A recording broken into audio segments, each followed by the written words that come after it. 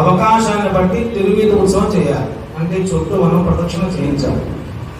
అది ఊరంతా తిరగాలంటే కష్టం కాబట్టి మనకు దీనికి సంబంధించిన మన స్వామివారు ఏ ఏ దారుల వెంట వెళ్ళి ఉత్సవాలు జరుపుకున్నారో కనీసం ఆ దారుల వెంట వెళ్ళి ప్రదక్షిణగా గ్రహించి తీసుకొచ్చి జలాది వాసాలు అవన్నీ ఏర్పాటు చేయడం అవుతుంది. ఇద్దరు సలహాలు కూడా పుచ్చుకొని మన అందరం కూడా మమేకమై ఏ ఒక్కరిగా విషయం కాదు. ఇక్కడ నేనున్నప్పుడే ఈ కార్యక్రమం జరిగింది అనేది కాదు, ఒక లేకపోయినా జరుగుతుంది. ఒకటే గుర్తుంచుకోవాలి. సీతమ్మ వారు బాగా ఏడుస్తుంటే కింద చెట్టు కింద కూర్చొని ఏడుస్తుంటే రాక్షసులు బాగా బెదిరిస్తుంటే పైన ఆంజనేయ స్వామి ఈ సమయంలో కింద ఉంటేనా వాళ్ళ సంగతి చెప్పేవారని అని అనుకుంటున్నాడు. కానీ పక్కనే ఒక రాక్షసులు వచ్చి అమ్మా నువ్వు బాధపడకు, నీ దేవుడు వస్తాడు, నీ రాముడు వస్తాడు అని ఓడేస్తుంది. అప్పుడు అనుకుంటాడు నీ లేకపోయినా ఇక్కడ ఓడించే వాళ్ళు వేరే వాళ్ళకు ఉన్నారా నాయన అని. అందుకనే మనకు వచ్చిన అవకాశాన్ని మరియు వినియోగంలో పాల్గొన్నాం. జై శ్రీమన్నారాయణ. మిగతా కార్యక్రమాన్ని ఏ విధంగా చేయాలి అనే విషయాన్ని మనం ఎమ్మెల్యే గారి ద్వారా విందాం. సంబంధించినటువంటి ఆ సుదర్శన చక్రం పునర్నిర్మాణం గురించి వాస్తవానికి ఇక్కడ చాలా మందికి తెలియదు. మీలో తెలిసిన వారు ఏ రకంగా చేస్తే బాగుంటుంది, ఎన్ని రోజులు చేస్తే బాగుంటుంది, దాని విధి విధానం ఎవరైనా తెలిసినట్టు చెప్తే మేమందరం వాస్తవానికి మీరేంటంటే దాని ప్రాముఖ్యత గురించి చెప్పారు. రాబోయే 2 రోజులు చేయాలా, 3 రోజులు చేయాలి, ఎప్పుడు చేస్తే బాగుంటుంది, ఎన్ని రోజులు చేస్తే బాగుంటుంది, దానికి వ్యయం ఎంత, దాని గురించి ఎవరైనా చెప్పగలిగితే బాగుంటుంది. దాని తర్వాత లాస్ట్ నుంచి మాట్లాడుకుంటారు. ఎవరు ఏంటి అన్నది వాళ్ళు చేయించుకుంటారు. కాబట్టి అలా కాకుండా చేయడానికి ఒక నేతృత్వం అనేది కావాలి. కాబట్టి అది మన ఏదవ నాయకుడు ముఖ్య మురళీ నాయకుల్ని తోని ముందు చేయించాలి. వారిని పిలిచేసి వారితో మాట్లాడేసి వారితోనే చేయిద్దాం అనేటువంటి ఒక సదుద్దేశంతో ఈ సమావేశాన్ని ఏర్పాటు చేయడానికి దానికి సంబంధించిన ఏ విధంగా చేయాలి ఏంటి అనేది ఒకసారి నిర్ణయం జరిగింది. కాబట్టి అది ఆ కరపత్రం ఈరోజు మిత్రులు మొత్తం అంతా కూడా విడుదల చేయడం జరుగుతుంది. దీని గురించి పూజలు చేసుకుంటూ హోమాలు చేసి వాస్తవానికి మనం ఒక గుడిని పునర్నిర్మాణం చేస్తున్నట్టే. మనం మళ్ళీ తిరిగి గుడిని ఇప్పుడు ఏవైతే లోపల మన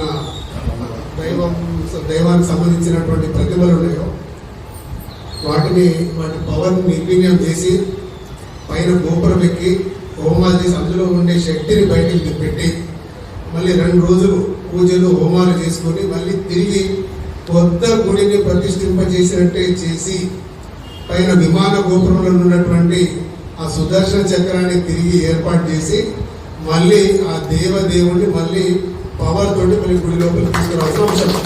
వాస్తవానికి ఇక్కడ ఉన్న అట్లీస్ట్ మహబాద్ పట్టణం మొత్తం కాకుండా ఈ 2-3 బజార్లు గతంలో ఎప్పటి నుంచి అయితే ఈ గుడికి అనుసంధానం ఉన్న వాళ్ళందరూ డెఫినెట్గా పార్టిసిపేట్ చేయాలి.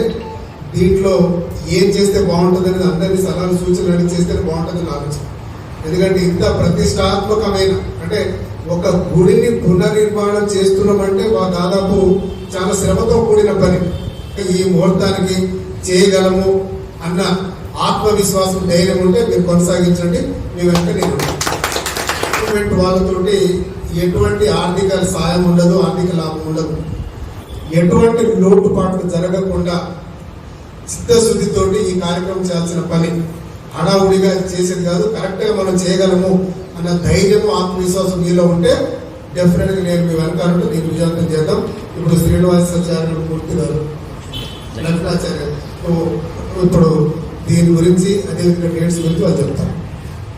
ఆలయంలో శిఖరము చిత్రమైతే శిఖరమే కాదు, గర్భాలయంలో ఉన్న మూర్తులకైనా భిన్నమైన అనుకోండి.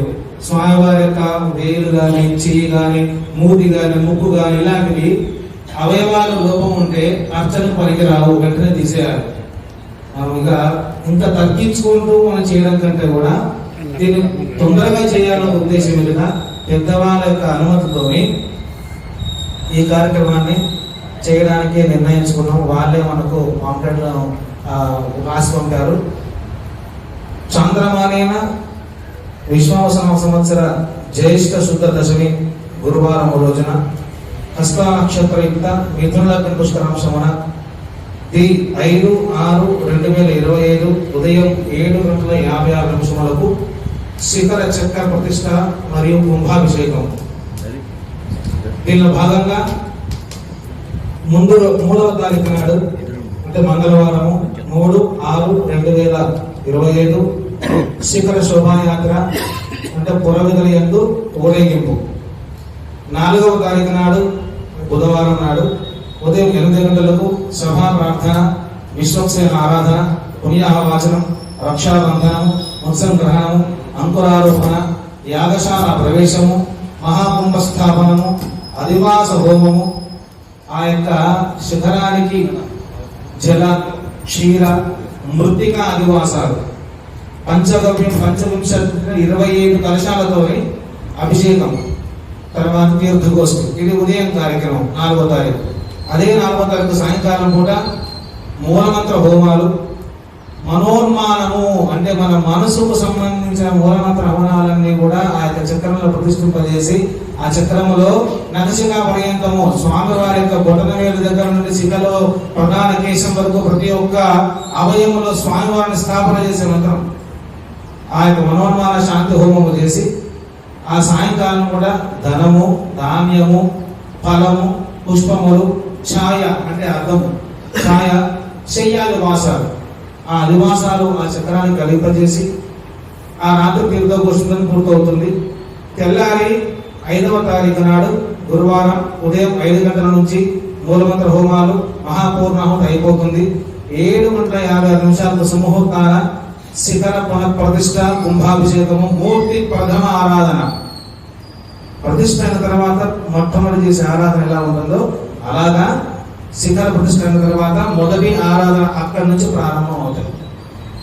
ప్రథమ ఆరాధన అయిన తర్వాత నివేదన, మంగళ శాస్త్రములు, భక్తులకు, యాజమాన్యులకు వేద ఆశీర్వచనము ఇత్యాది కార్యక్రమాలన్నీ ఉంటాయి. కాబట్టి తప్పకుండా ఈ యొక్క ముహూర్తాన కార్యక్రమం నిర్వహించడానికి మీ అందరూ సహకరించండి. ఆ గోపాలస్వామి కృప, ఆ చక్రతాళ వాళ్ళకి అనుగ్రహం మనందరి మీద తప్పకుండా ఉంటుంది, ఉండాలని కూడా ఆశిస్తూ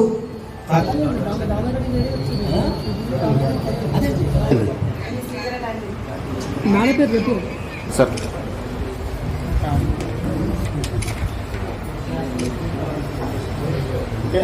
ఓకేనా?